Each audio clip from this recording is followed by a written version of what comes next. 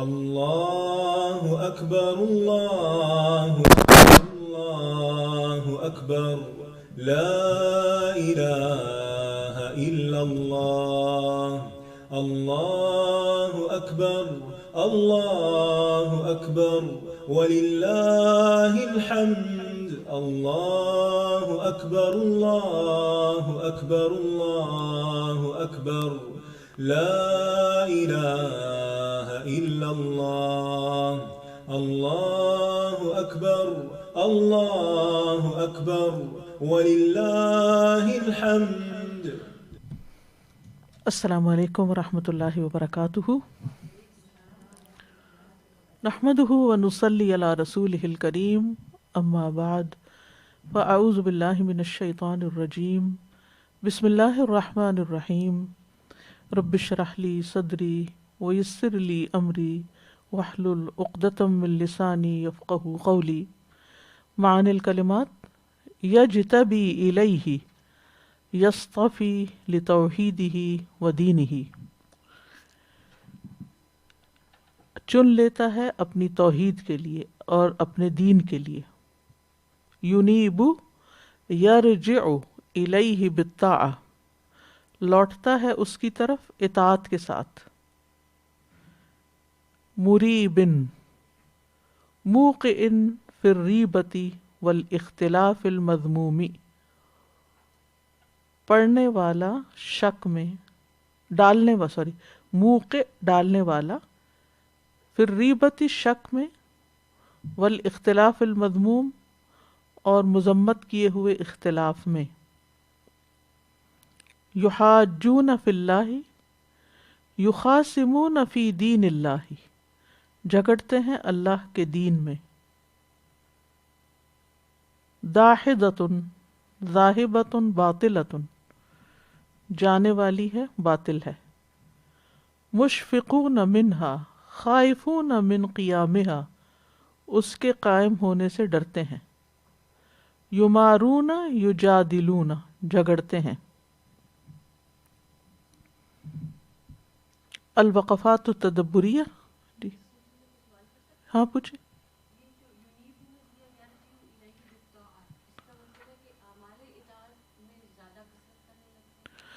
یعنی اللہ کی طرف رجوع کرتے ہیں، نیک عمل کرنا مراد ہے، اس سے کرتے اللہ کے لیے کرنا۔ نمبر 1، شرع لكم من الدين ما وصى به نوحا والذي أوحينا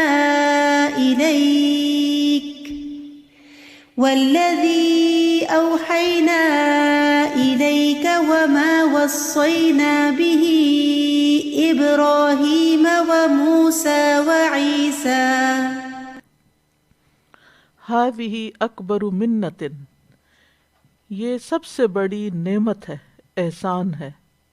انعم اللہ بہا علی عبادہ، جس سے اللہ نے اپنے بندوں پر انعام کیا ہے۔ کون سی نعمت؟ دین کی نعمت۔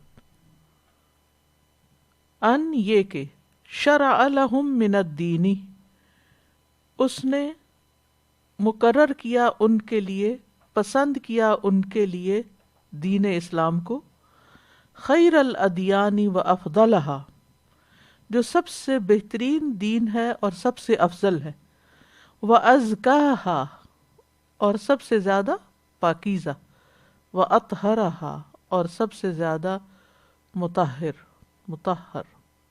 صاف ستھرا۔ کل میں نے آپ کو اس کی تفسیر کرتے ہوئے بتایا تھا کہ من بیانیہ بھی کہا گیا ہے۔ من الدین کے ایک معنی تو ہم نے یہ کیا نا کہ دین میں سے، تو مراد ہے دین کا، یعنی دین کا طریقہ جو اللہ نے مقرر کیا ہے، یا دوسرے لفظوں میں جو دین تمہیں عطا کیا ہے۔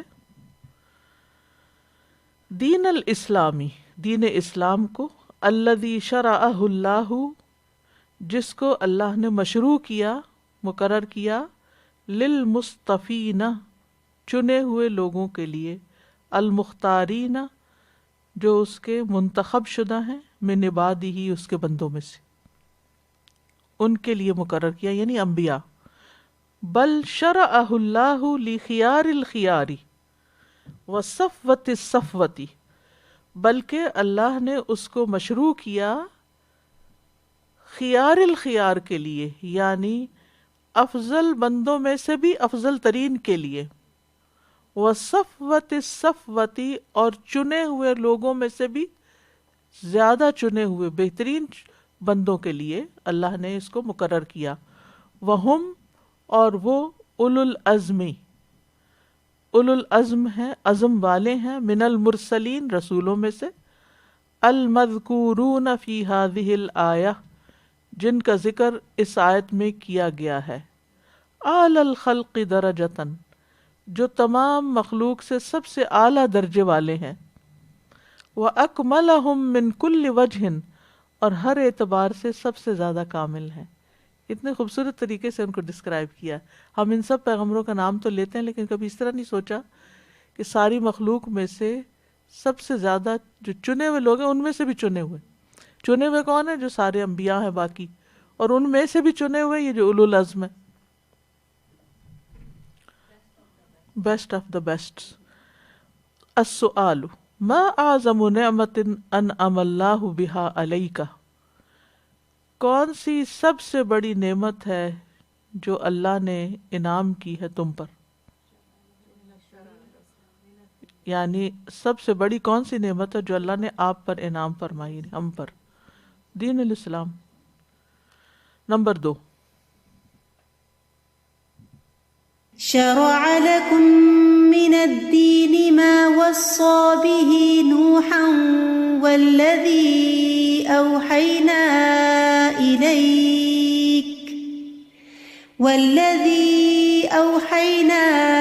إليك وما وصينا به إبراهيم وموسى وعيسى أن أقيموا الدين ولا تتفرقوا فيه. اتفق دین سیدنا محمد صلی اللہ علیہ وسلم مع جمیع الانبیاء فی اصول الاعتقادات. کوئی سمجھ آئی؟ نہیں آئی؟ کوشش کیا کریں نا، صرف لکھنے پہ زور نہیں رکھا کریں، سمجھنے کی بھی کوشش کریں.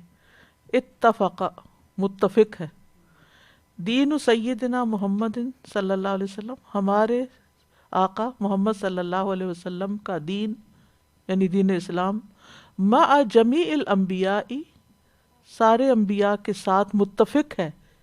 کس چیز میں؟ فی اصول الاعتقادات، عقیدے کے بنیادی اصولوں میں. وذالک هو المراد ہونا، اور یہاں وہی اصول مراد ہیں دین کے. ٹھیک ہے، دین سے مراد یہاں کیا ہے؟ اصول دین، توحید، جس میں سارے انبیاء متفق ہیں. وَلِذَلِكَ فَسَّرَهُ بِقَوْلِهِ أَنْ أَقِيمُوا الدِّينَ، اسی لیے اللہ نے اس کو اپنے اس فرمان کے ساتھ کھول کے بیان کیا، تفسیر کی ہے، ان اقیم الدین، کہ دین کو قائم کرو، یعنی اقامت الاسلام، اسلام کو قائم کرنا، الذی ہوا توحید اللہ و طاعتہ، جو کہ اللہ کی توحید اور اطاعت پر مشتمل ہے. والایمان برسلہ و کتبہ و بالدار الآخرہ، اور جو رسولوں، اس کی کتابوں اور آخرت کے گھر پر ایمان پر مشتمل ہے. وَأَمَّا الْأَحْكَامُ الْفُرُوعِيَّةُ، اور جہاں تک فروعی احکام کا تعلق ہے، فروعی کون سے ہوتے ہیں؟ فرع، برانچ کو کہتے ہیں نا، یعنی جزیات جو ہوتی ہیں، مائنیوٹ ڈیٹیل جو ہوتی ہیں. فاختلفت فیہا الشرائع، مختلف ہوئیں اس میں مختلف شریعتیں، یعنی ان میں شریعتوں کا اختلاف رہا ہے. کل اس کی وضاحت ہو چکی ہے، یعنی جیسے عبادات ہیں، ان کے طریقے ہیں.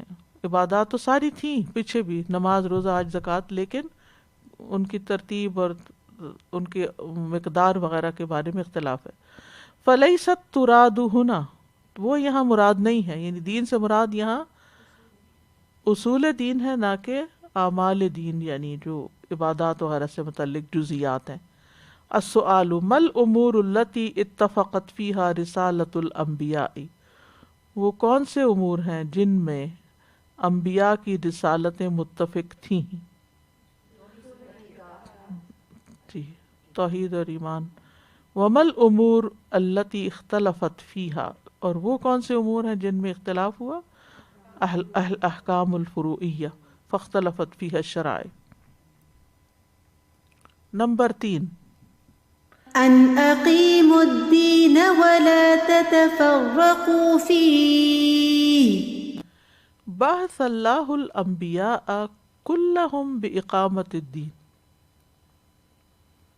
بھیجے اللہ نے انبیاء سارے کے سارے، کلہم کس لیے؟ دین کو قائم کرنے کے لیے. والالفت والجماعت، اور محبت اور جماعت کی شکل میں اکٹھے رہنے کے لیے. ہمارا دین ایک اجتماعی دین ہے، اس میں انفرادی عبادات بھی ہیں، لیکن ساری عبادات میں کسی نہ کسی طرح اجتماعیت کی روح پائی جاتی ہے. جیسے نماز ہے تو باجماعت نماز ہے، روزہ ہے تو سب نے مل کے ایک ہی وقت میں شروع کرنا ہے، ایک ہی وقت میں ختم کرنا ہے. حج ہے تو وہ اجتماعی عبادت ہے. زکوٰۃ ہے تو وہ اس میں معاشرے کی فلاح و بہبود، یعنی لوگوں کے ساتھ ایک رابطہ ہوگا تبھی پتہ چلے گا غریب کون ہے، امیر کون ہے، مستحق کون ہے. یعنی ہماری ساری عبادتیں آپس میں محبت پیدا کرنے کا باعث ہیں. وَتَرْكِ الْفُرْقَةِ وَالْمُخَالَفَةِ، اور چھوڑنا فرقہ تفرقہ بازی کو، والمخالفت اور مخالفت کو، یعنی ایک دوسرے کے خلاف ہو جانا اور ایک دوسرے کے پیچھے پڑ جانے سے روکا گیا. السؤال ما السمۃ، کیا علامت ہے؟ سیماہم فی وجوہہم، ما السمۃ الجامعۃ، جو جامع ہے، کمپریہنسو ہے، کون سی جامع علامت ہے؟ المستفادۃ، فائدہ مند، من الآیتی، آیت میں سے، التی بعث اللہ تعالی بہا جمیع الانبیاء، جس کے ساتھ اللہ تعالیٰ نے تمام انبیاء کو بھیجا ہے. ان اقیموا الدین ولا تتفرقوا فیہ. نمبر 4 كبر على المشركين ما تدعوهم إليه. ای عظم علیہم، یعنی ان پر بہت گراں ہے، بہت بھاری ہے. ما تدعوہم الیہ، جس کی طرف تم انہیں دعوت دیتے ہو، من التوحیدی، توحید میں سے یا توحید کی، ورفض الاوثانی، اور بتوں کے انکار کی. بت پرستی چھوڑنے اور توحید اپنانے کی جو دعوت آپ انہیں دیتے ہیں، یہ مشرکین کے اوپر بہت بڑی بھاری چیز ہے. قال قتادہ، قتادہ کہتے ہیں، کبر علی المشرکین فاشتد علیہم شہادۃ اللہ الہ الا اللہ. بھاری پڑا مشرکوں پر، یعنی یہ تو مشکل ہو گیا، شدید ہو گیا ان پر گواہی دینا لا الہ الا اللہ کی. وضاق بہا ابلیس و جنودہ، اور تنگ ہوئے اس بات پر ابلیس اور اس کے لشکر بھی، یعنی لا الہ الا اللہ کی گواہی پر. فأبى اللہ عز وجل، تو اللہ سبحانہ وتعالی نے انکار کیا، الا مگر، اس بات کا، ان ینصرہا، کہ اللہ تعالی اس کی مدد کرے گا، ویعلیہا، اور اس کو بلند کرے گا، علی من ناوأہا، جو اس کی مخالفت کرے گا اس کے مقابلے میں.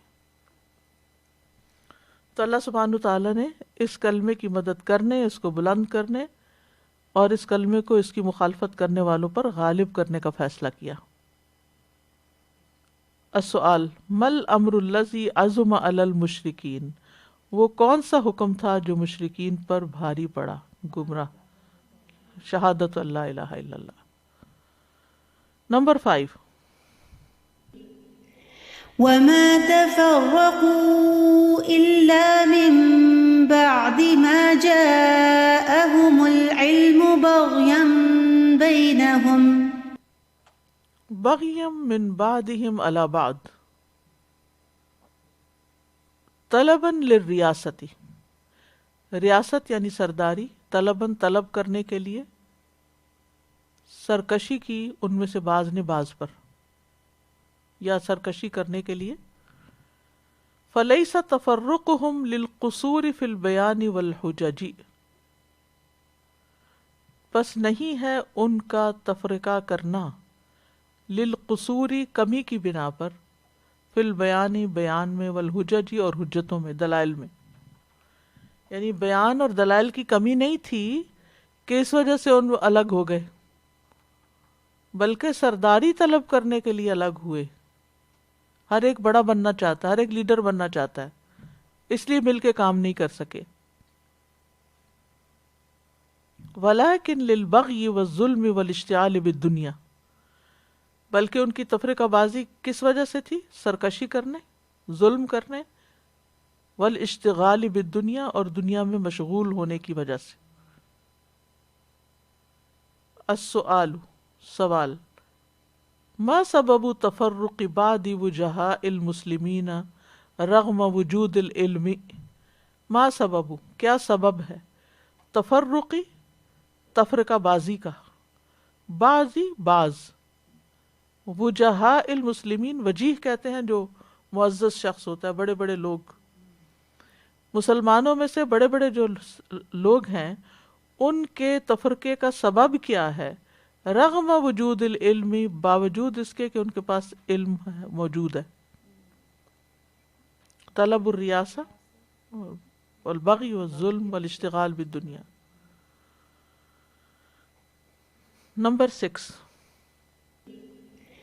وما تفرقوا إلا من بعد ما جاءهم العلم بغيا بينهم.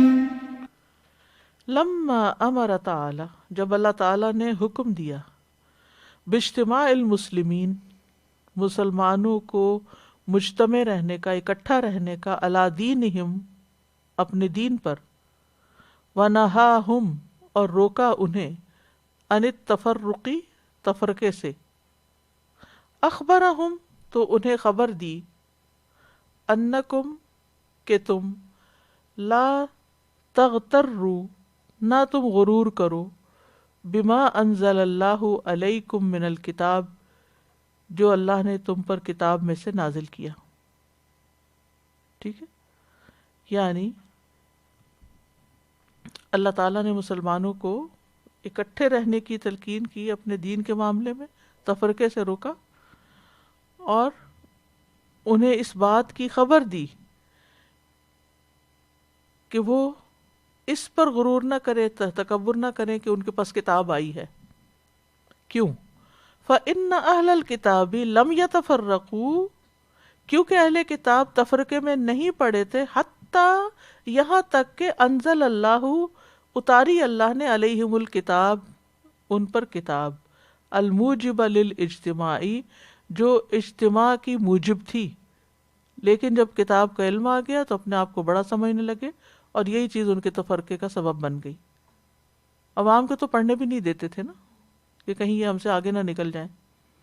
السؤال، ما الفائدۃ التی نخرج بها من هذا الاخبار عن اہل الکتاب السابقۃ، وہ کون سا علمی فائدہ ہے، ما الفائدہ التی نخرج بها، جو ہم نکالتے ہیں، من هذا الاخبار، ان خبروں سے، عن اہل الکتاب السابقۃ، پچھلے اہل کتاب کی خبروں میں سے. یعنی وہ کون سا علمی فائدہ ہمیں ملتا ہے جو ہم پچھلے اہل کتاب کے بارے میں دی گئی خبروں میں سے اخذ کرتے ہیں، یعنی اس سے سبق حاصل کرتے ہیں.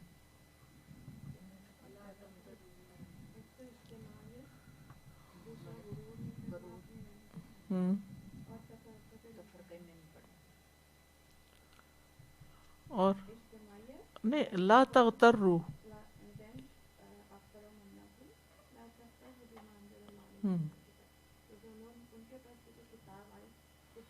پھر انہوں نے یہ کیا. تو ہمیں بھی اس بات سے ڈرنا چاہیے کہ کتاب کا علم آنے کے بعد ہم کسی غرور میں مبتلا نہ ہوں، اور غرور میں مبتلا ہو کہ اپنے آپ کو بڑی چیز سمجھیں تو دوسرے سے بات نہ کریں، دوسرے کے ساتھ مل کے نہ چلیں، اور اپنی 1.5 اینٹ کی مسجد الگ بنا لیں. یہ چیز نہیں ہونی چاہیے. یہ چیز دھوکے میں نہ ڈالے کہ اب تو میں قرآن پڑھ گیا ہوں اس لیے میں سب سے اچھا ہوں. کیونکہ بہت سے لوگ جب اس دھوکے میں مبتلا ہو جاتے ہیں کہ میں نے تو کورس کر لیا ہے، میں نے تو قرآن پڑھ لیا ہے اور یہ باقی سب جاہل ہیں، مجھے تو سب پتہ ہے، تو پھر یہ سوچ بھی بڑی خطرناک ہوتی ہے. یعنی علم کا غرور جو ہے یا عبادت کا غرور جو ہے یہ حسن اور دولت کے غرور سے بھی بدتر ہے.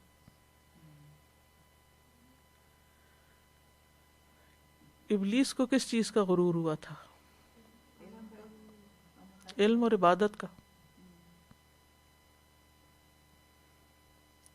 تو انسان جتنا بھی پڑھ لکھ جائے اس کے اندر عاجزی رہنی چاہیے، اور اس کو یوں ہی ظاہر کرنا چاہیے کہ ابھی مجھے کچھ نہیں آتا، مجھے بہت کچھ سیکھنا ہے، مجھے اور بھی سیکھنا ہے اور بھی عمل کرنا ہے. کیونکہ اگر انسان پڑھ کے دوسرے پہ دھونس جمانے لگے، ججمنٹل ہو جائے، اپنے آپ کو پارٹی کے پیڈسٹل پہ کھڑا کر لے، یہ چیزیں انتہائی خطرناک ہیں.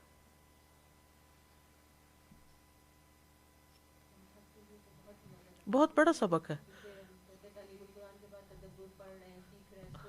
بالکل بالکل.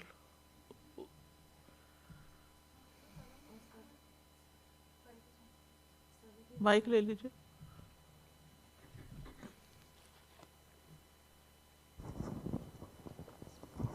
استاذہ جی وہ حدیث کتنی ڈرانے والی ہے کہ قیامت کے دن سب سے پہلے علم والوں کو ڈالا جائے گا. بالکل. کیا سیکھا اس پہ کیا عمل جو کیا. نیت خراب، یہاں نیت کی تو خرابی ہے نا. یس. یعنی علم کس لیے سیکھا؟ طلب الریاسہ، اور اس کے علاوہ بغی اور ظلم اور زیادہ. میں سوچ رہی تھی کہ اللہ تعالیٰ نے اسی لیے ہمیں کتنا خبردار کیا نا کہ شروع سورہ بقرہ میں جو ریلیجیس کرپٹ اسکالرشپ کے بارے میں، تاکہ ہم اپنے بالکل ایکٹ ٹوگیدر کر لیں، because like this is like a very very downward slope, and no matter what اس پہ اکثر لوگ ہو جاتے ہیں slip. So we have to be extremely careful. لہجوں میں فرق آ جاتا ہے، لکس میں فرق آ جاتا ہے، معاملے میں فرق آ جاتا ہے. انتہائی خطرناک چیز ہے.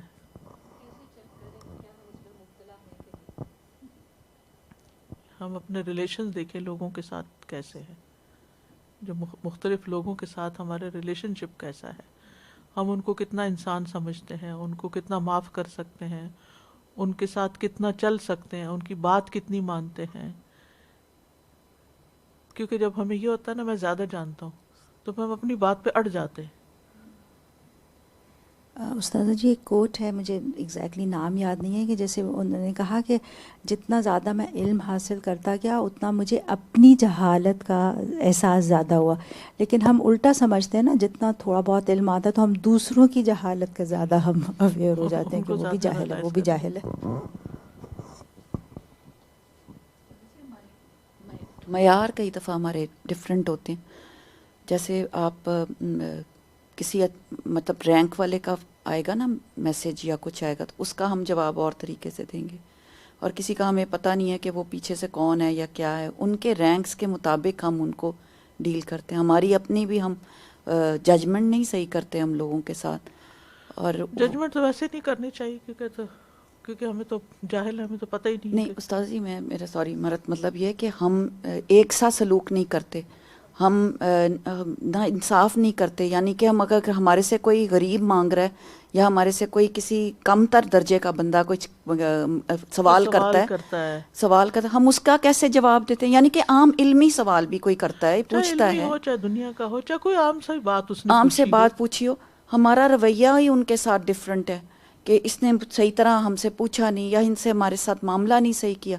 ہم نے اس کو اپنی جگہ ججمنٹ رکھی. اور اگر لوگوں کی طرف سے کوئی بدتمیزی یا بد اخلاقی سامنے آتی تو اس میں ہم کس طرح ریئیکٹ کرتے ہیں؟ بالکل. میزان.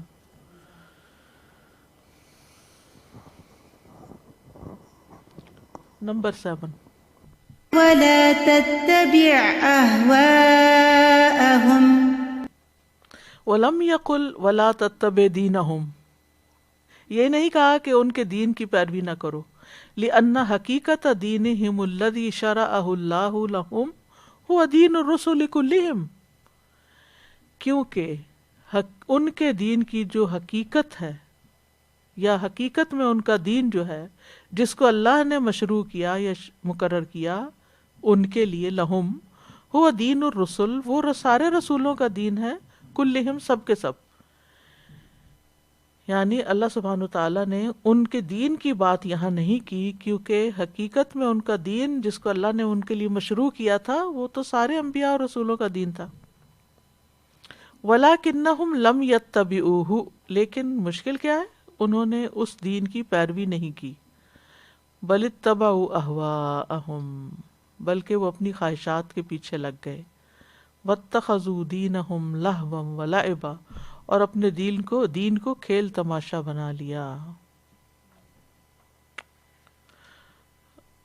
اور یہ حقیقت ہے کہ جب کوئی شخص دین پڑھنے کے بعد دین کو چھوڑ کر اپنی مرضی کے مطابق یا زمانے کے ٹرینڈ کے مطابق زندگی گزارنے لگتا ہے یا لوگوں کی خواہشات پہ چلنے لگتا ہے تو وہ دوسروں کے لیے بہت بری مثال ہوتا ہے کہ یہ شخص تو ہم تو بھی جاہل ہیں، یہ اس کو تو سب پتہ ہے پھر بھی ایسی حرکتیں کر رہا ہے.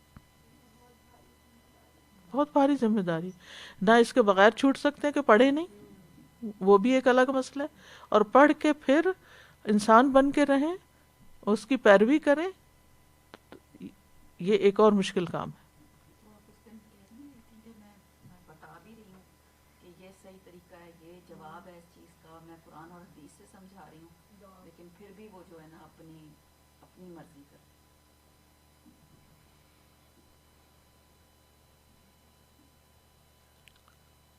السؤال فی الآیت تنبیہ علی خطورۃ البدعۃ بینہ، اس آیت میں تنبیہ ہے، وارننگ ہے بدعت کے خطرات کے بارے میں، اس کو واضح کریں.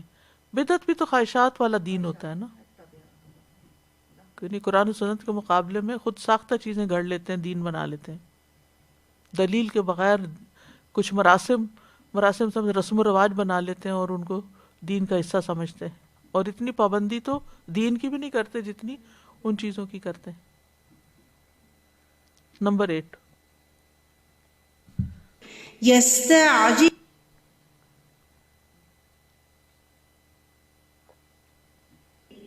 الله الذي أنزل الكتاب بالحق والميزان وما يدريك لعل الساعة قريب. فَإِنْ قِيلَ مَا وَجْهُ اتصال ذکر الکتاب والمیزان بذکر الساعة. گڈ. پھر اگر کہا جائے کہ کیا وجہ ہے ساتھ ملانے کی، اتصال ہوتا ہے جوڑنا، ساتھ بیان کرنے کی کیا وجہ ہے ذکر الکتاب، کتاب کا ذکر، والمیزان اور میزان کا، بذکر الساعۃ قیامت کے ذکر کے ساتھ. فالجواب، تو اس کا جواب یہ ہے ان الساعۃ یوم الجزاء والحساب، کہ قیامت جزا اور حساب کا دن ہے. فَكَأَنَّهُ قَالَ، تو گویا کہ یہ فرمایا، اعدلوا وفعلوا الصواب، عدل کرو، اچھے کام کرو، درست کام کرو، قبل الیوم، اس دن سے پہلے، الذی تحاسبون فیہ، جس میں تمہارا محاسبہ کیا جائے گا، علی اعمالکم، تمہارے اعمال کی بنا پر، جس دن تم سے تمہارے اعمال کا محاسبہ کیا جائے گا.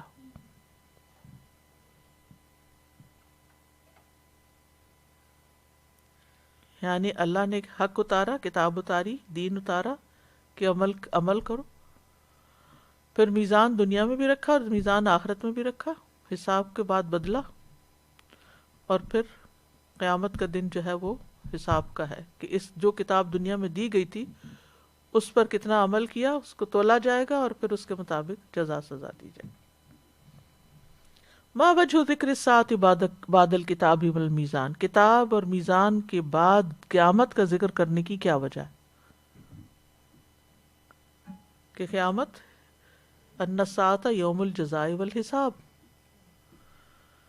یہ یعنی ایسے ہی تمہیں نہیں دے دیا گیا یہ کتاب، یہ دین، یہ انبیاء، یہ ساری چیزیں کہ اس کے بعد بس ہر چیز ٹھپ کر کے رکھ دی جائے، کوئی حساب کتاب نہ ہو. عدل میزان کا حکم اس لیے نہیں دیا گیا کہ تم چاہو تو کرو چاہو تو نہ کرو، بلکہ کل جو کچھ یہاں کرو گے کل اس کو تولا جائے گا وہاں.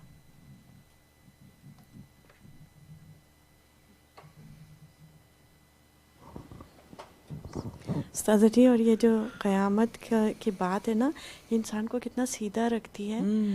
کچھ بھی کرتے ہیں تو یہ سوچنا کہ کیا ہوگا اس کا اجر. یہاں پہ تو جو کچھ ہوگا یہ تو تھوڑی سی زندگی ہے، تھوڑا سا فائدہ ہے. اس دن جو ہمیشہ کی زندگی ہے تب اس کا کیا فائدہ ہے اس کام کرنے کا. بندہ اسی وقت الرٹ ہو جاتا ہے. اور سیدھا رکھنے کے لیے بہت ضروری ہے کہ ہر وقت یہ یاد رکھا جائے کہ وہ دن آنا ہے، ورنہ تو پھر وہی ہوگا کہ جو اور سب ظلم کر رہے ہیں، پھر حق نہیں ہو سکے گا. دنیا میں کوئی بھی ٹیسٹ ہو، اس کا رزلٹ کا کتنی، دنیا کا کوئی بھی ٹیسٹ ہو اس کے رزلٹ کی کتنی ہمیں وہ فکر لگی رہتی ہے. یہ کووڈ کا ہی ٹیسٹ جو ہے، یہ اس کا رزلٹ نہیں آ رہا، جو آج ہو توبہ توبہ تو جان اٹکی بھی ہوتی، کیا بنے گا اگر پازیٹیو آ گیا تو یہ تو کوئی پورا کسی لائف بھی کا، بیماری کا ٹیسٹ. اور یہ پورے لائف کا حساب کتاب. اللہ رحم. اللہ اکبر. سادہ جی، یہ چیز جو ہے نا، یہاں کا جو ایجوکیشن سسٹم ہے چھوٹے بچوں کا، اس میں بہت کلیئرلی نظر آتی ہے کہ بچے گریڈز میں ایسے ہی چلے جاتے ہیں، ان کا کوئی امتحان نہیں ہوتا، کوئی وہ سینس آف اکاؤنٹیبلٹی اور سینس آف اکمپلشمنٹ، یہ دو چیزیں بچوں کے اندر جو شروع سے اپنے تعلیم کی وجہ سے آتی ہیں نا، بچے ان چیزوں سے آ رہی ہیں.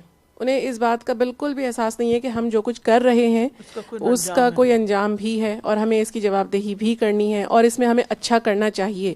وہ جو اچھا کرنے والا جو ایک عمل ہوتا ہے نا، بچے اس میں بہت پیچھے رہ جاتے ہیں. کرو نہ کرو سب مل جائے گا.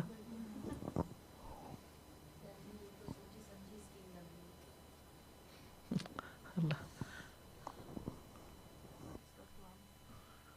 سب ہو گیا. 9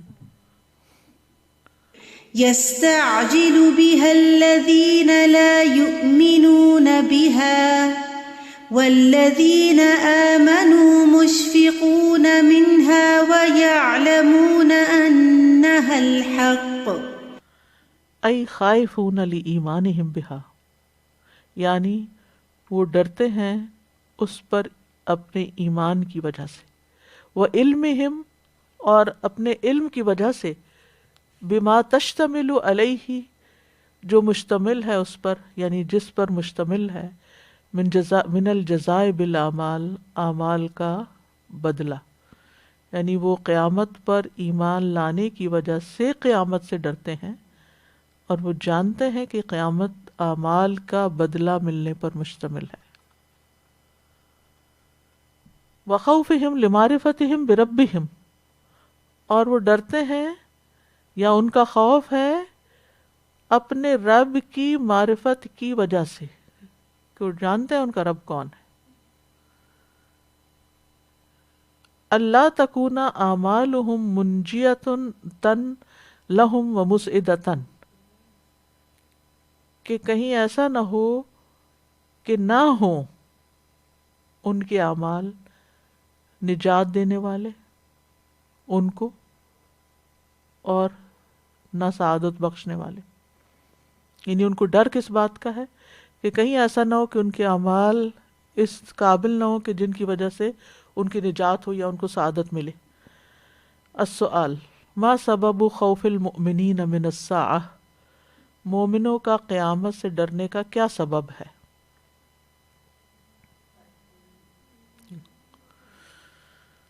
قیامت کا خوف، رب کا معرفت کی وجہ سے خوف، اور اس بات کا خوف کہ کہیں قیامت کے دن اعمال کم نہ پڑ جائیں. نمبر 10 اللہ لطیف بعباده یرزق من یشاء ومن لطفه ان قید لعبده كل سبب یعوقه ویحول بینه وبین المعاصی ومن لطفہ، اور اس کے لطف میں سے ہے، کس کے؟ اللہ تعالیٰ کے، ان کے قیضا، اس نے مقرر کر دیا، لعبدہ، اپنے بندے کے لیے، کل سبب، ہر سبب، یعوقہ، جو رکاوٹ بنتا ہے اس کے لیے، ویحول بینہ، اور حائل ہوتا ہے اس کے درمیان، وبین المعاصی، اور گناہوں کے درمیان. یعنی اللہ تعالیٰ کے لطف و کرم میں سے ہے یہ کہ اللہ نے ہر وہ سبب بتا دیا ہے، مقرر کر دیا ہے، جو اس انسان اور نافرمانیوں کے بیچ میں رکاوٹ بنتا ہے. ما تحول به بیننا و بین معصیت، بالکل یہ اللہ کا لطف و کرم ہے. حتیٰ انہ تعالی، یہاں تک کہ اللہ تعالیٰ اذا علم، جب معلوم کرتا ہے، ان الدنیا والمال والریاسہ، کہ دنیا، مال اور ریاست، ونحوہا، اور اسی جیسی اور چیزیں، مما یتنافس فیہ اہل الدنیا، جس میں دنیا والے ایک دوسرے سے آگے نکلنے کی کوشش کرتے ہیں. وفی ذلک فلیتنافس المتنافسون میں آتا ہے نا لفظ. تقطع عبدہ عن طاعتہ، کاٹ دیتی ہیں اس کے بندے سے اس کی اطاعت، یعنی اللہ کے بندے کو اس کی اطاعت سے دور کر دیں گی. یعنی جب اللہ کو پتہ چلتا ہے کہ یہ دنیا کا مال اور ریاست اور سب چیزیں جس کی وجہ سے لوگ ایک دوسرے سے آگے نکلنے کی کوشش کرتے ہیں، یہ بندے کو اللہ سے دور کر دیتی ہیں. او تحملہ علی الغفلۃ عنہ، یا اس سے غافل کر دیتی ہیں.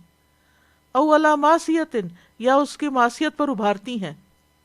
صرفہا عنہ، ان کو پھیر دیتا ہے، مال لے لیتا ہے اس سے، کم کر دیتا ہے، یا ریاست، یا وہ منصب، یا سرداری، یا اور جو بھی دنیا کی چیزیں ہیں وہ اس سے لے جاتا ہے. اللہ اکبر. وقدر علیہ رزقہ، اور اس کا رزق اس پہ تنگ کر دیتا ہے. وَلِهَذَا قَالَ هُنَا يَرْزُقُ مَن يَشَاءُ، اسی لیے یہاں فرمایا کہ جس کو چاہتا ہے رزق دیتا ہے. یہ ہے اس کا لطف.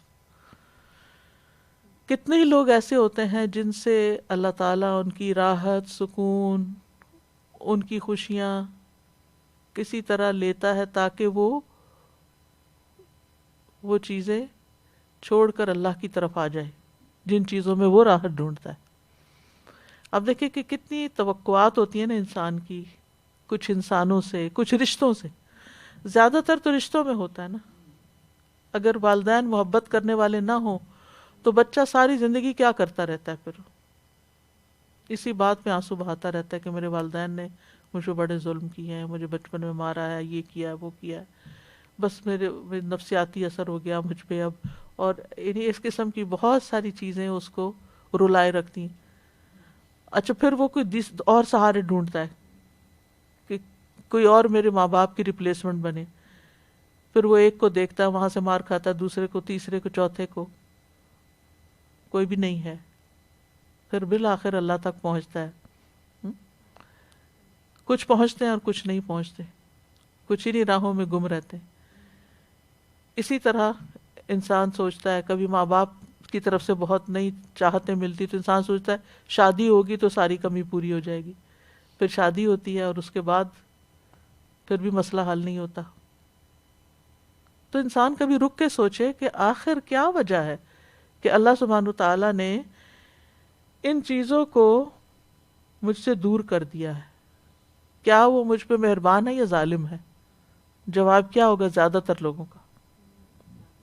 کہ میرے اٹس ناٹ فیئر، میرے ساتھ یہ کیوں ہوا ہے. نہیں، آپ کے ساتھ کسی وجہ سے ہوا ہے، اس وجہ کو تلاش کریں، اور وہ اللہ تعالیٰ کی مہربانی ہے، لطف و کرم ہے کہ آپ اس کی طرف پلٹیں، اس کے بن جائیں، اور آخرت میں یہ ساری چیزیں مل جائیں گی. لیکن بندہ سوچ نہیں پاتا، شیطان اس کو یہ نہیں سوچنے دیتا، اور اسی وجہ سے پلٹ پلٹ کے وہ ایک ہی رونا روتا رہتا ہے، ایک ہی چیز میں بار بار پھسلتا ہے، وہیں گرتا ہے، وہیں مرتا ہے، اور حاصل کچھ بھی نہیں ہوتا. اپنے آپ کو بھی تباہ کر کے رکھ دیتا اور اپنا فیوچر بھی. حضرت آپ نے ہمیں 2007 کی تفسیر پڑھائی تھی اس میں سورہ بقرہ میں جو نا والذین آمنوا اشد حبا للہ، تو اس میں بہت ہی اچھی طرح سے دماغ ہمارا ٹھکانے پہ آ گیا تھا اس کو پڑھ کے، کیونکہ آپ نے وہی کوٹ کیا تھا کہ بار بار ہم ٹوٹتے ہیں، بار بار ہمیں زخم لگتے ہیں، اینڈ دین یو ریئلائز کہ اس کا پرپس کیا ہے یا واٹ از دی انٹینشن اللہ سبحانہ تعالیٰ کی اس کے بہائنڈ.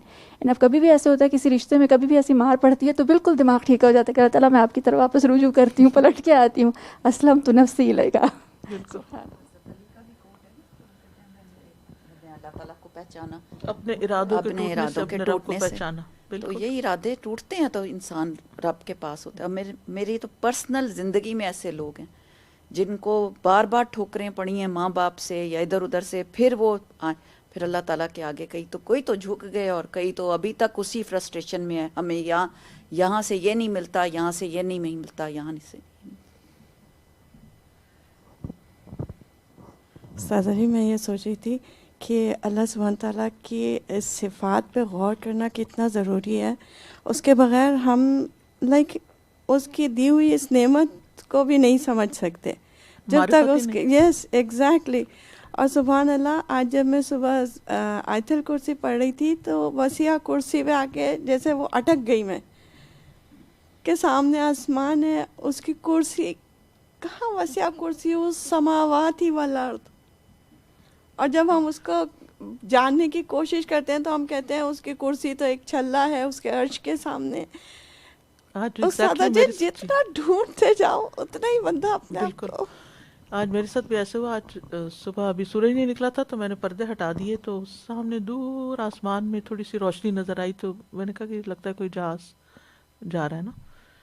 تو میں نے کہا کہ سبحان اللہ، اتنا بڑا آسمان اور یہ جہاز کتنا چھوٹا سا، بس ایسی کچھ چھوٹی سی چیز کو بلب کی طرح لگ رہا ہے، اور پھر یہ آسمان اور پھر گیلیکسیز، ایک دم جھنجھا گئی میں نا کہ اللہ کی تخلیق کی وسعتوں کا اندازہ نہیں ہم کر سکتے. تو اللہ کی ذات کا تو احاطہ ہم کر ہی نہیں سکتے. وَلَا يُحِيطُونَ بِشَيْءٍ مِّنْ عِلْمِهِ إِلَّا بِمَا شَاءَ وَسِعَ كُرْسِيُّهُ السَّمَاوَاتِ وَالْأَرْضِ. کیپیسٹی نہیں، ہمارے دماغ ہی وہاں تک نہیں جاتا. وَمَا قَدَرُ اللَّهَ حَقَّ قَدْرِهِ. چھوٹی چھوٹی باتوں پہ اعتراض کر بیٹھتے ہیں، شکوے شکایتیں، ناراضگیاں. نمبر 11، اللہ لطیف بعباده یرزق من یشاء وهو القوی العزیز.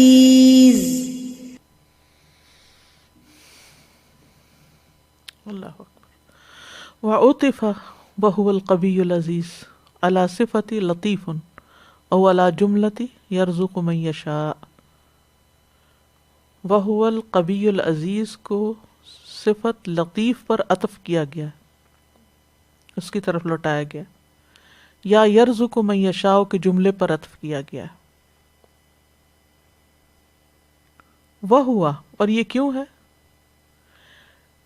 تمجید للہ تعالی بہاتین الصفتین، ان دونوں صفات میں اللہ تعالیٰ کی بزرگی کا بیان ہے. القوی العزیز، یعنی ایک طرف لطیف ہے اور دوسری طرف قوی اور عزیز ہے. ویفید، اور یہ فائدہ دیتا ہے، الاحتراسی، بچنے کا. حراسہ کہتے ہیں نا، حراسہ قرآن میں بھی آتا ہے حفاظت کے لیے. من توہم، وہم سے بچنے کا. ان لطفہ ان عجز او مصانعت، کہ اس کا لطف یا مہربانی کسی کمزوری یا رواداری کی وجہ سے نہیں ہے. سبحان اللہ، وہ قوی اور عزیز ہے. سمجھ آ گئی بات؟ یعنی لطیف جو ہے وہ قوی اور عزیز ہے، پھر بھی لطیف ہے کمزوری کی وجہ سے. اچھا، ہم کس کے ساتھ مہربانی کرتے ہیں، ذرا مسکین بن کے بات کرتے ہیں جو ہم سے بڑا. تو اب بندے مخلوق اللہ سے بڑے تھوڑی ہیں کہ وہ ان کے ساتھ مہربانیاں کر رہا ہے. مطلب ہوگا ہاں. فَإِنَّهُ قَوِيٌّ عَزِيزٌ لَا يَعْجِزُ وَلَا يُصَانِعُ، بلکہ اللہ تعالیٰ قوی اور غالب ہے، وہ کمزور نہیں، نہ ہی رواداری کرتا ہے. رواداری کا مطلب کیا ہے؟ یعنی بعض اوقات ہمارا دل نہیں بھی چاہ رہا ہوتا نا کسی کے ساتھ بھلا کرنے کو، تو ہم مروت میں، جسے ہم کہتے ہیں نا مروت میں کر دینا، شرما شرمی کر دینا، رواداری میں کر دینا، اب کوئی کیا کہے گا، چلو چھوڑو کر دیتے ہیں. ایسا نہیں ہے کہ اس کو کوئی ہم سے کوئی ہم کیا باتیں کریں گے تو اس کو کوئی ڈر ہے ہماری باتوں کا. ہم رواداری یہ ہوتی ہے نا کہ اگر نہیں کیا تو یہ پھر ناراض نہ ہو جائے یا کہیں ہمارے خلاف نہ ہو جائے یا کچھ. اللہ کو ایسا کوئی مسئلہ نہیں.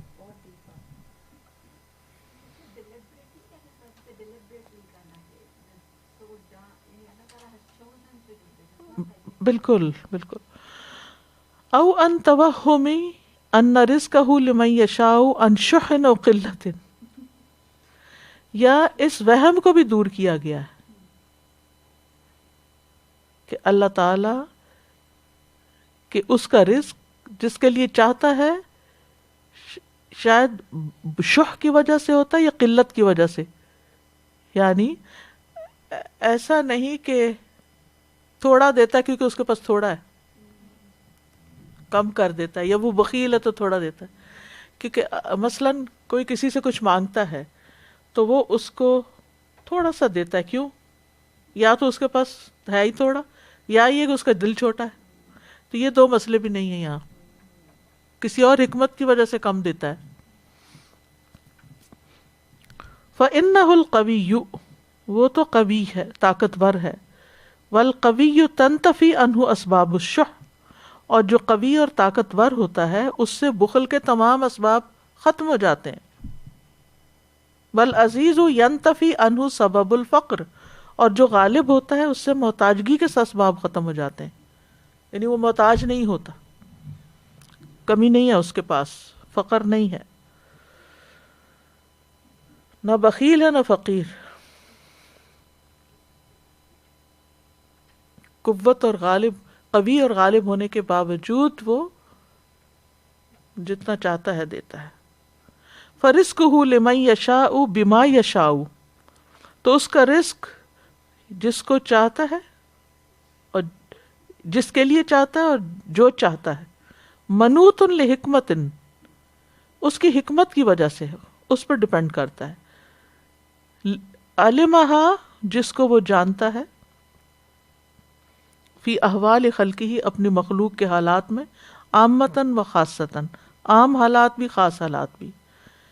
تو اللہ تعالی جس کو چاہتا ہے رزق عطا کرتا ہے، جو چاہتا ہے اس کو دیتا ہے. یہ ڈپینڈ کرتا ہے اس کی حکمت پر، کیونکہ مخلوق کے عام اور خاص حالات صرف وہی جانتا ہے کہ کس کو دینا اس کے حق میں بہتر ہے اور کس کا کم کرنا. پیچھے ہم نے ابھی پڑھا نا کہ کیوں کم کر دیتا ہے، تاکہ اس کا دھیان اس ریس سے نکل آئے، یہ میری طرف متوجہ ہو. بعض اوقات رزق کی تنگی، رزق کا نقصان جو ہے وہ لوگوں کو اللہ کی طرف راغب کر دیتا، پھر وہ دن رات خوب دعائیں کرتے ہیں. اور کسی کو کم دیتا ہے تو وہ کفر میں مبتلا ہو جاتے ہیں، تو ان کو زیادہ دے کر ان پہ مہربانی کر دیتا ہے تاکہ یہ راضی رہیں اور اطاعت کرتے رہیں. السؤال ما فائدۃ عطف وهو القوی العزیز علی صفت لطیف، صفت لطیف پر وهو القوی العزیز کو معطوف کرنے کا کیا فائدہ ہے؟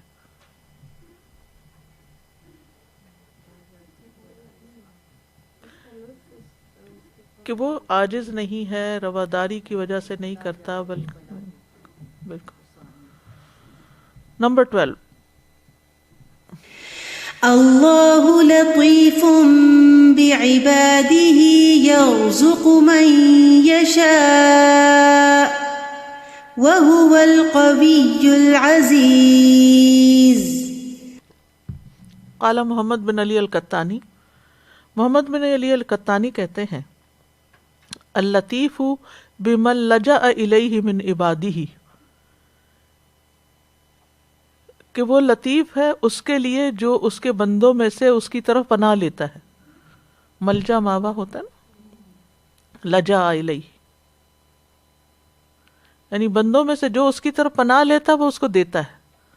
اذا یئس من الخلق، جب وہ مخلوق سے مایوس ہو جاتا ہے، مار کھا کے آتا ہے. وتوکل علیہ ورجع الیہ، اور وہ اللہ پہ توکل کرتا ہے اور اس کی طرف رجوع کرتا ہے. فَحِينَئِذٍ يَقْبَلُهُ وَيُقْبِلُ عَلَيْهِ، اس وقت وہ اسے قبول کر لیتا ہے اور اس کی طرف متوجہ بھی ہو جاتا ہے. اچھا، آپ نے کبھی دیکھا ہوگا کہ کئی مائیں ہوتی ہیں نا، جب بچہ کہیں سے مار کھا کے آتا ہے یا کوئی غلطی کر کے نقصان اٹھا کے آتا ہے تو پھر وہ ماں کے سامنے حاضر ہوتا ہے تو ماں پہلے اسے خوب ڈانٹتی ہے. میں نے سمجھایا تھا نا، میں نے منع کیا تھا، میں نے پہلے ہی کہا تھا اس سے نہ ملو، وہاں نہ جاؤ، یہ نہ کرو. اب سمجھ آئی تمہیں؟ تو اللہ تعالیٰ ایسے نہیں کرتا کہ جب ہم غلطیاں کر کے مار کھا کے اس کی طرف جاتے ہیں تو وہ متوجہ ہو جاتا ہے. اور کس طرح کل ہم نے پڑھا تھا نا کہ انسان کھڑا ہی ہوتا ہے تو وہ چل کے آتا ہے، انسان چلتا ہے تو وہ دوڑ کے آتا ہے، اتنا متوجہ ہوتا ہے. پھر بھی ہم اسی کو بھولے رہتے ہیں. وقیل اللطیف الذی ینشر من عبادہ المناقب ویستر علیہم المثالب. اور ایک قول یہ ہے، قیلہ کہا گیا، اللطیف سے مراد وہ ہستی ہے جو نشر کرتا ہے اپنے بندوں کے فضائل کو اور چھپاتا ہے ان کے عیبوں کو. اللہ اکبر. ہمارے جسم کے اندر ہی کتنے عیب ہیں، کتنی ناپسندیدہ چیزیں، لیکن کس طرح اس نے چھپایا. کانوں کا میل چھپا ہوا ہے، ناک کا میل چھپا ہوا ہے، پیٹ کے اندر جو کچھ ہے، پھیپھڑوں میں جو کچھ ہے، جس ہمارے خون میں پتہ نہیں کیا کچھ دوڑ رہا ہے، ہر چیز کو بندوں سے چھپایا ہوا ہے. دلوں کے اندر وسوسے اور خیالات اور خرابیاں اور بدگمانیاں اور حسد اور نفرت یہ چھپی بھی ہوتی ہیں.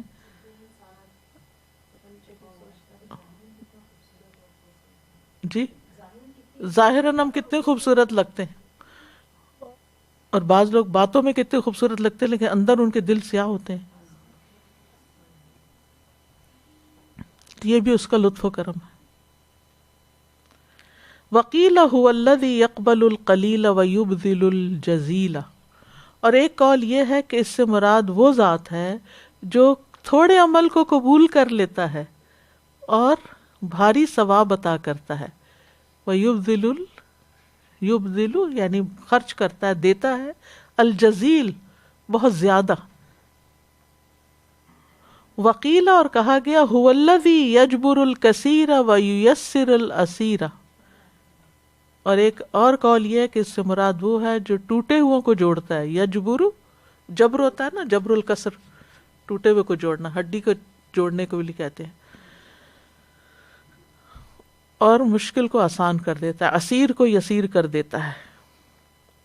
وقیل اور ایک قول یہ ہے هو الذی لا یعاجل من عصاہ ولا یخیب من رجاہ. اس سے مراد وہ ذات ہے جو اپنی نافرمانی کرنے والے کو جلدی سزا نہیں دیتا اور امید رکھنے والے کو نامراد نہیں لوٹاتا. وقیلا اور کہا گیا هو الذی لا يرد سائلہ ولا یؤیس عاملہ. کہ اس سے مراد وہ ہستی ہے جو اپنے سے مانگنے والے کو خالی نہیں لوٹاتا اور امید رکھنے والے کو مایوس نہیں کرتا. یؤیس مایوس نہیں کرتا، عاملہ امید رکھنے والے کو. وکیلا اور یہ بھی کہا گیا هو الذی یعفو عمن یحفو. اس سے مراد وہ ذات ہے جو غلطیاں کرنے والے کو، حفوات کہتے ہیں نا غلطیوں کو، غلطیاں کرنے والے کو معاف کر دیتا ہے. وقیلا هو الذی یرحم من لا یرحم نفسہ. ایک اور قول یہ ہے کہ اس سے مراد وہ ذات ہے جو اس شخص پر بھی رحم کرتا ہے جو اپنی جان پہ خود رحم نہیں کرتا. سبحان اللہ، ایک ہی نام پہ غور کرتے جائیں تو کتنے پہلو ہیں. ابھی تو یہ بہت جلدی جلدی میں ہم نے کیا، اس میں مزید بھی ڈیپتھ ہو سکتی ہے. السؤال ماذا تعرف عن حقیقت لطف اللہ تعالی بعبدہ. آپ اللہ تعالیٰ کے اپنے بندے پر مہربانی کی حقیقت کے بارے میں کیا جانتے ہیں؟ یہ سارے اقوال معلوم ہو گئے، جانتے تو نہیں کسی کچھ. العمل بالآیات. جی سوال. بھول چوک، حفوات، بھول چوک تو اتنی زیادہ ہے ہم میں کہ حد نہیں.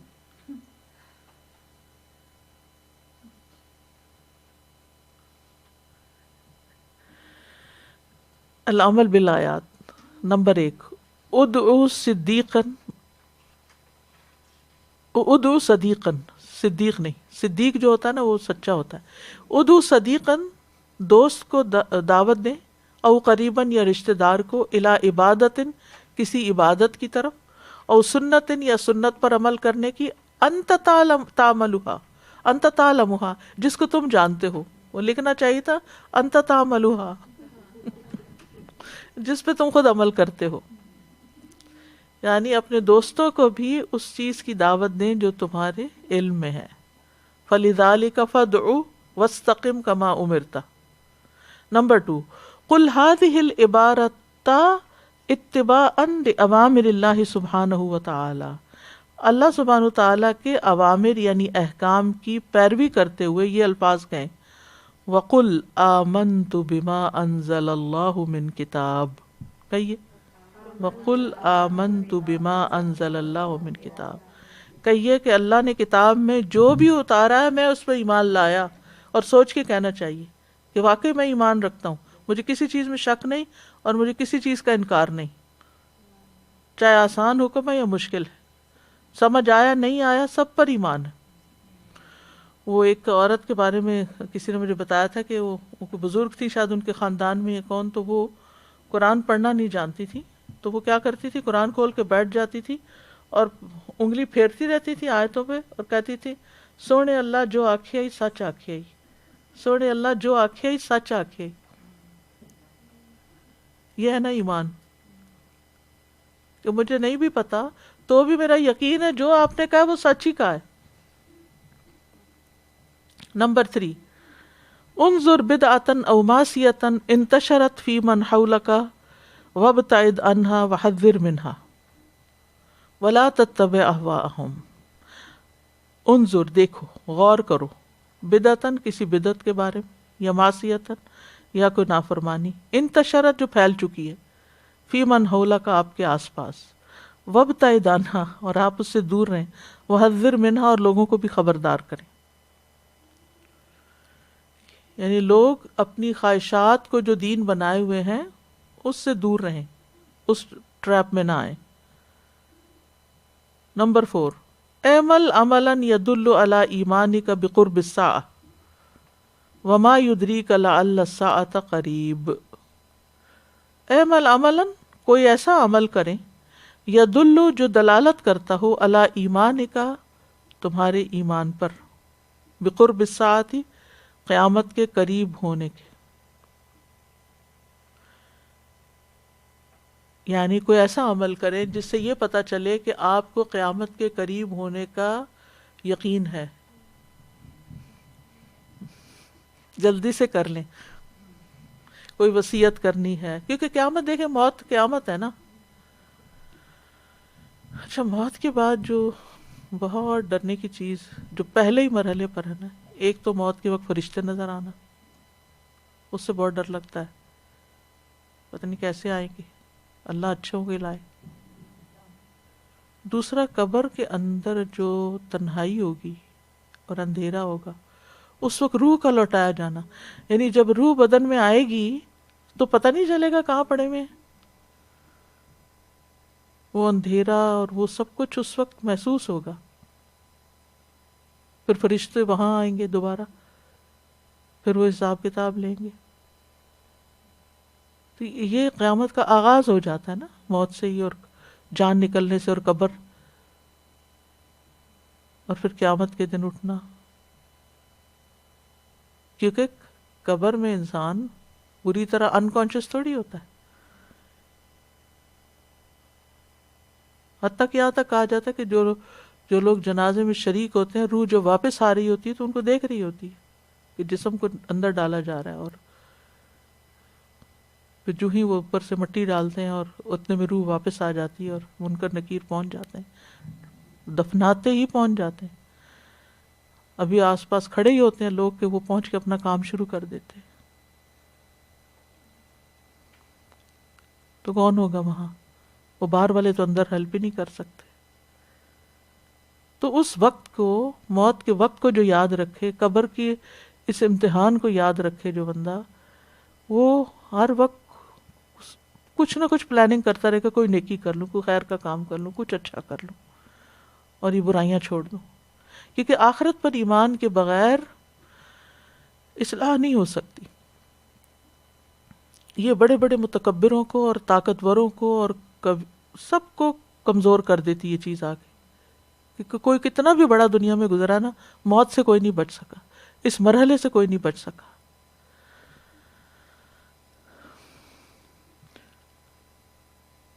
اعمل عملا یدل علی ایمانک بقرب الساعہ، ایسا عمل کرو جو اس بات پر دلیل ہو کہ آپ کا قیامت کے قریب ہونے کے اوپر ایمان ہے. نمبر 5، تفکر فی نفسک، اپنے آپ میں غور کرو. وسجل 3 مظاہر للطف اللہ تعالی بک، اور اللہ نے آپ پہ جو مہربانیاں کی ہیں ان میں سے 3 مظاہر لکھیں. 3 چیزیں جو ظاہر ہو رہی ہیں نا آپ پر اللہ کی مہربانیوں کے، وہ 3 ہی لکھ دیں، یعنی 3 نعمتوں کو لکھ دیں. اللہ لطیف بعبادہ یرزق من یشاء وہو القوی العزیز. التوجیحات. نمبر 1، حسن مقصد العبد مع اجتہادہ فی طلب الہدایۃ من اسباب التیسیر لہا. حسن اچھا، مقصد العبد بندے کا اچھا مقصد رکھنا، مع اجتہادہ اس کی کوشش کے ساتھ، فی طلب الہدایت ہدایت طلب کرنے میں، محنت کرنا یعنی اجتہاد کرنا. اجتہاد سے مراد یا جد و جہد. من اسباب التیسیر لہا، ہدایت کے آسان ہونے کے اسباب میں سے. یعنی بندہ اچھے کام کی نیت کر لیتا، مقصد رکھتا ہے کہ مجھے یہ کرنا ہے، پھر وہ اللہ سے مدد مانگتا ہے کہ مجھے رستہ دکھا، میں کیسے کروں، تو اللہ تعالیٰ اس کے لیے رستے کھول دیتا ہے. فَأَمَّا مَنْ أَعْطَى وَاتَّقَى وَصَدَّقَ بِالْحُسْنَى فَسَنُيَسِّرُهُ لِلْيُسْرَى. نمبر 2، بیان بعض الحکمت فی انزال الکتاب، کتاب نازل کرنے کی بعض حکمتوں کا بیان، ای القرآن یعنی قرآن کو نازل کرنے کی. ہوا اور وہ کیا ہے، ان یحکم الناس بالقسط، کہ لوگ انصاف کے ساتھ فیصلے کریں، اپنے ساتھ بھی انصاف کریں، اپنے گھر والوں کے ساتھ انصاف کریں، باقی لوگوں کے جس کے ساتھ بھی معاملہ ہو نا، انصاف کا معاملہ ہو.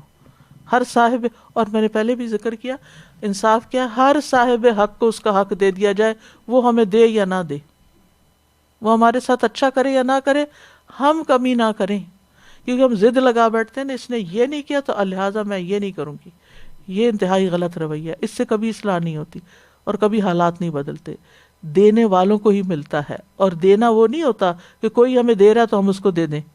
دینا وہ دینا ہے کہ کوئی نہ دے تب بھی جس کا حق بنتا ہے اس کو دیں. جس بچے نے آپ کی خبر گیری نہیں کی، آپ اس کو آگ کر کے نہ جائیں. اللہ نے اس کو حق دیا، آپ کے مال میں سے دیں اس کو.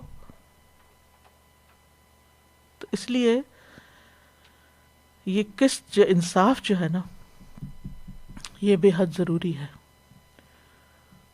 اللہ الذی انزل الکتاب بالحق والمیزان، اللہ نے کتاب اتاری حق کے ساتھ اور میزان بھی اتارا ہے.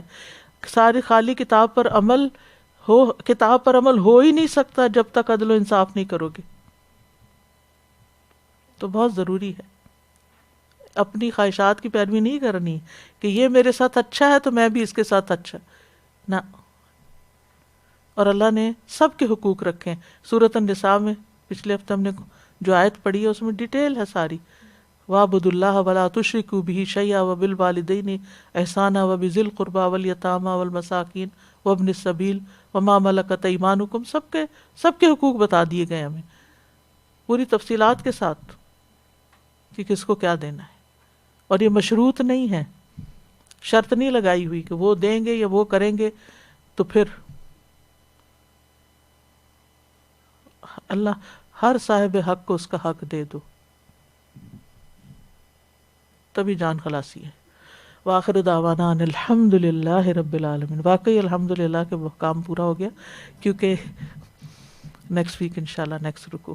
سبحانک اللہم و بحمدک اشہد ان لا الہ الا انت استغفرک و اتوب الیک. اگر آپ کو کچھ کہنا ہے تو کہہ سکتے ہیں، ورنہ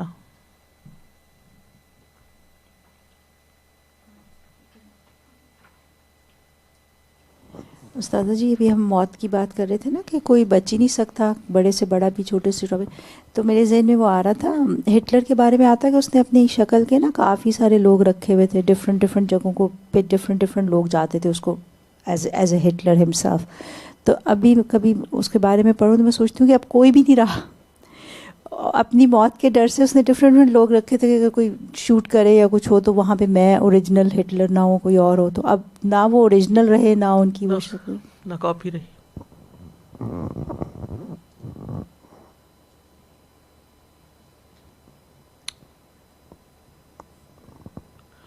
اور فرعون کو آپ دیکھیے کہ جس طرح اس کو مان تھا نہروں پہ، وَهَٰذِهِ الْأَنْهَارُ تَجْرِي مِن تَحْتِهِ، تو اسی نہروں میں ڈوب کے مر گیا. سازا یہاں پر جب آیا نمبر 18 میں کہا نا کہ جلدی مانگتے ہیں اسے جو نہیں وہ ایمان لاتے، تو یہ جلدی کا جو کام ہے وہ ویسے ہی شیطان کا کام ہے. آئی واز جسٹ تھنکنگ کہ کوئی بھی چیز کو جلدی مانگنا، جیسے کچھ ایسے بھی چیزیں آئیں زندگی میں سامنے کے لوگوں نے، بچوں نے اپنے ماں باپ کو مار دیا اس لیے کہ وراثت کب ملے گی، یہ کب جائیں گے تو ہمیں کب ملے گا کائنڈ آف. تو بڑے بڑے جرائم یعنی قتل کر دینا یا جینڈر کا معلوم کرنا کہ جلدی سے پتہ چل جائے، اگر بیٹی ہے تو جلدی ابورٹ کرا لیں. تو اس طرح کے سارے کام کس طرح شیطانی قسم کی چیزیں ہو جاتی ہیں انسان سے. انسان کے مزاج میں جلد بازی ہے، پھر اس کو کنٹرول کرنا ضروری ہے. جی ساری بات توکل اور رجوع کی آتی ہے، بار بار اللہ تعالیٰ پہ بھروسہ، اللہ تعالیٰ پہ توکل. کچھ بھی ہمارے ہاتھ میں نہیں ہے دیکھا جائے تو، اللہ تعالیٰ کی قوت اور طاقت اور القوی العزیز ہے وہ، تو ہمارے بس میں کچھ بھی نہیں ہے. ہم کام کرتے جائیں اور اللہ تعالیٰ پہ توکل کرتے جائیں. الحمدللہ. بارک اللہ فی استاذہ جی، جزاک اللہ خیر.